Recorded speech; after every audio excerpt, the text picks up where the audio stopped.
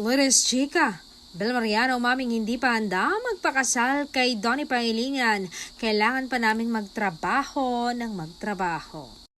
Mukhang matatagalan pa nga bago nating makita ang ikakasal ang kapamilya celebrity couple na sina Donnie Pangilinan at Bel Mariano. Mismong si Bel na ang nagsabi na hindi pa mangyayari anytime soon ang wedding nila ni Donnie kahit pa nga ilang taon na ring tumatagal ang kanilang relasyon. Paliwanag ng Gen Z superstar, wala pang sa mga top priorities nila ni Donnie ang pagpapakasal at pagbuo ng sariling pamilya. Lalo pat marami pa silang gustong marating sa kanilang buhay at career. Gusto raw muna nilang samantalahin ni Donnie ang magagandang opportunities na dumarating sa kanila ngayon na anyay para na rin sa kanilang kinabukasan as a partners.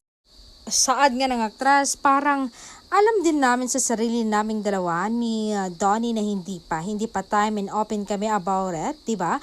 Iba-iba naman yung time ng lahat. So ngayon, atin lang kami ng mga kasal, mga ganyan. Kunin nyo na lang kaming bridesmaids, ganyan. Okay lang yun sa aming katwiran ng kapamilya aktras. Pero inamin naman ni Bel na may mga pagkakataong napapag-usapan din nila ni Donnie ang tungkol sa pagpapakasal bilang matagal-tagal na rin silang magjowa at ipinagdarasal nila na doon din mauuwi ang kanilang relasyon.